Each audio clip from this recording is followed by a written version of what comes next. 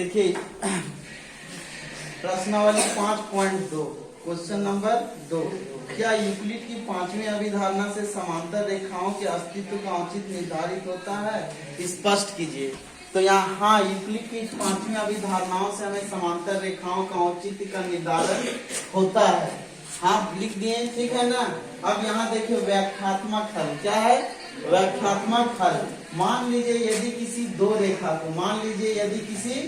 रेखा को एक रेखा इस प्रकार काटे कि दोनों रेखाओं के अंतः कोणों का योग 180 डिग्री हो। दोनों रेखाओं के अंतः कोणों का योग कितना हो? 180 डिग्री हो। तो वे दोनों रेखाएं एक दूसरे के समांतर होती है। तो वे दोनों रेखाएं एक दूसरे के क्या होती है जी? समांतर होती है, ठीक है ना।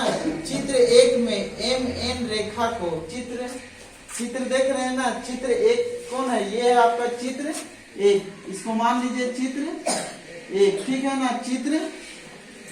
चित्र 1 में MN रेखा को L रेखा क्या कर रही है? प्रतिच्छेद कर रही है। MN को क्या कर रही है? L रेखा प्रतिच्छेद कर रही है तथा इनके अंतः कोण क्या है? 1 और 2 है, ठीक है ना। तो 1 और 2 इनके क्या है? अंतः कोण है। किनके अंतः कोण है? 1 और 2 रेखा M और रेखा N का। देखिए M का कोण है? अंतः कोण 1 है और N का कोण है 2 है। तो यहाँ लिखा है तथा इनके अंतः कोण है 1,2 है, ठीक है ना। तो 1 जोड़ 2 बराबर कितना होना चाहिए? 180। अतः रेखा M समांतर है N का। M किसका समांतर है?